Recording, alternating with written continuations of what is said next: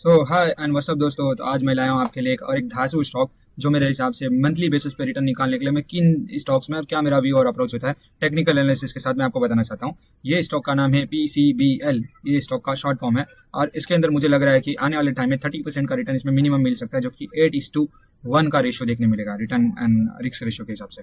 Okay, तो अब मैं इस पे से चार्ट पे से सारी चीजें डिलीट कर देता हूँ। तो अब हम चलते हैं ईयरली कैंडल्स पे।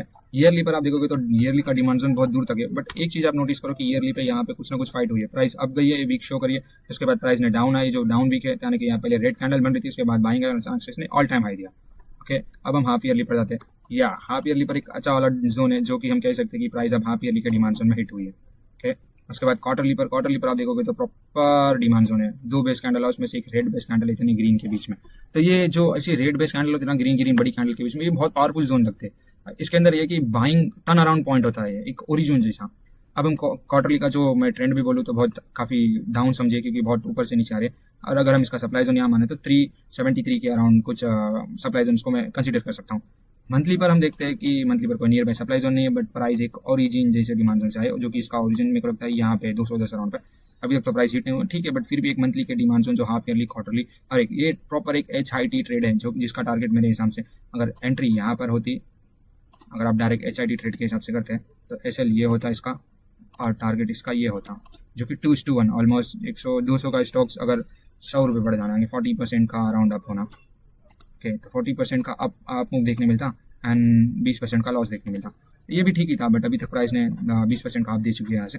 अब हम इसके अंदर एंट्री करेंगे। ये हो गए HIT, इसको पूरा प्रॉपर हिट करने के लिए एक हाफ ईयर तो जाता ही है, ऑलमोस्ट 6 महीने चले जाते थे। अब तक प्राइस ने 1 2 3 4 5 6 महीने यहाँ ही ले लिया प्राइस साइडवेज में, तो ऑलमोस्ट ईयर भी पकड़ के चलो कभी कभी। ओके, सब हम वीकली पर आते हैं।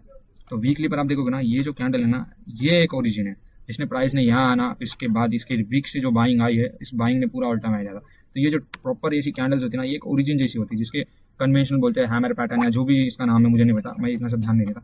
अब प्राइस ने इसके अंदर हिट करा दिया, उसके बाद प्राइस अब जाने लगी, तो अब जाते आते इसने एक वीकली के सप्लाई जोन टेम्पररी था, उसको हिट करा, उसके बाद प्राइस ने डाउन आया, उसके बाद रिकवर हुई, अब फिर से कंसोलिडेट कर रही है, वो भी वीकली EMA के ऊपर। अब वीकली का ट्रेंड डाउन है, सब कुछ चीजें डाउन ही है, अभी तो कुछ ठीक नहीं है। प्रॉपर जो इसका नियरेस्ट जो सप्लाई जोन है, जहाँ हम टारगेट बुक कर सकते हैं, मेरे हिसाब से ये डिमांड जोन है, ये सप्लाई जोन है, जो कि 359 रुपीज़ के ऊपर है। अब इसका नियरेस्ट टारगेट ही है, इसके नीचे कुछ टारगेट नहीं है। प्राइस एक हाफ ईयरली इनकम ट्रेड से चल रही है। ओके, अब हम डेली पर देखते हैं। तो डेली पर हम देखते हैं तो प्राइस ने ये गार्बेज का सप्लाई जोन हिट करा था, क्योंकि प्राइस कुछ खास बनी भी नहीं थी।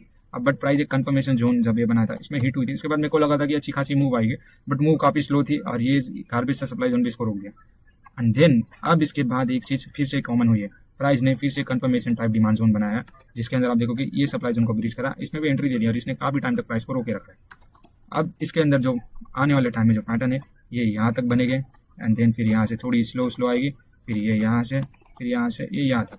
अब जो इसको पहुंचने के लिए जो टाइम लगेगा, मेरे हिसाब से 1 महीना या हार्डली 2 मंथ पूछिए। अब 2 मंथ में इसकी जो रिस्क रिवॉर्ड है हम देखे जाए तो ये ऑलमोस्ट रिटर्न देगा है 30% 31% का, और मैक्सिमम लॉस इसके अंदर जो होगा वो मेरे हिसाब से 4% का और 31% का रिस्क।